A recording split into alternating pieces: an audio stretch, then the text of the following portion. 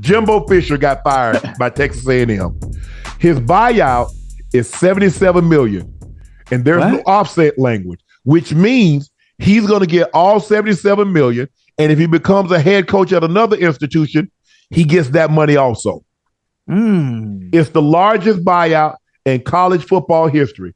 The previous largest was Gus Malzahn at Auburn at $21 million. So if you buy him out, that's $77 million. You've got to buy his staff out. And now you've got to bring a staff in. And got to pay them too. So that lets you know the kind of booster and the kind of deep pockets that A&M got. Yeah, most definitely. Any of those Power 5 schools, listen, the money run deep. It run deep like a goddamn well, man. It run real deep. But the fact that, can you imagine being a coach and getting fired and then really not caring? They paying you 77-something million not to come back and not to coach no more? So, Ocho, that's crazy. So he gets $19 million. He gets a little over $19 million immediately. And then beginning 120 days after the termination, he gets an equal annual payments all the way to December 31st, 2031. Well, you ain't got to do nothing a day in your life ever again. And guess what, Ocho? He in Texas. They ain't got no state income tax. What? Yeah. So you get to see all that, huh? All of it. He get to see. After you get to a certain up, you get over 600,000. It's 37. I think he's in the 37% bracket. So 37%. You take it 37%. So he gonna bring out of every $1,630,000. And you know what's funny? With that, and he gonna coach again too. Oh, for sure. Oh, he gonna coach again too, because that ain't just no anybody. Right. He just know anybody. He's someone with a resume that's extremely good. He won a national championship. Yeah. Yeah, he gonna coach again. Because here's the thing, Ocho. It wasn't like he had a bad record. He had a bad record for what they were paying him and what they expected from him. They said, look at what we did. They have 102, anywhere between 100 and 105,000 every home game. You got boosters. Damn. They got boosters. They got deep pockets. Yeah. And so they're saying, for what we're paying you and the facilities and what and the recruiting arm that we have, this ain't good enough. For us not to be in the national championship discussion, for us not to have played in the SEC championship, for us not to, they said, look, our pocket's deeper than Georgia. Our pocket's deeper than Alabama. We deeper than Ohio State. We deeper than Michigan.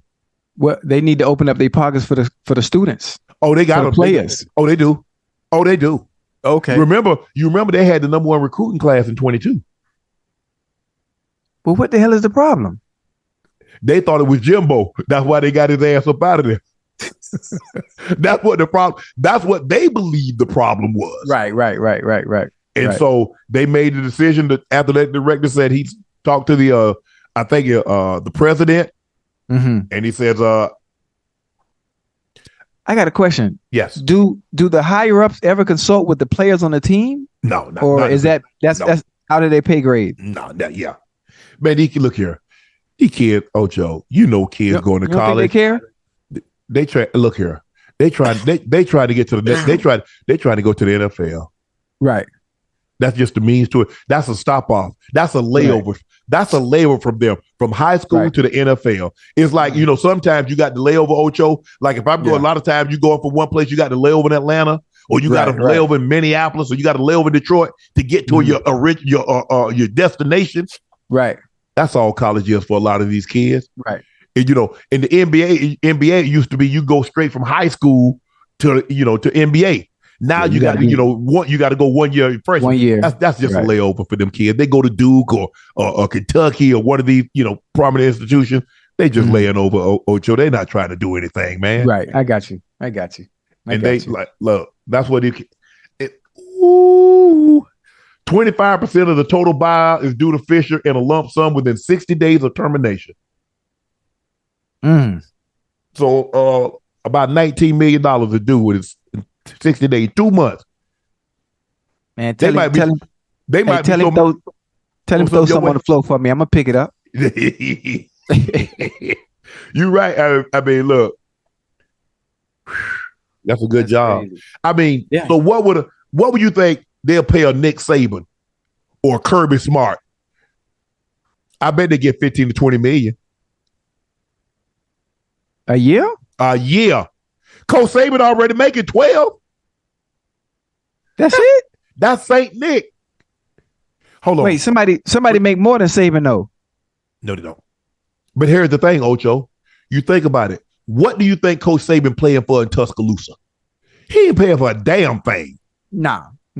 I just saw him. Did you see the graphic on all the stuff he owned? Yeah. He going on the car. He just bought 2 more car dealerships for $700 million. Where all that money coming from? Man, look here. When you win at them programs, yeah. Now they wanted like, hey, let's do business. Okay, I see where you're going with it.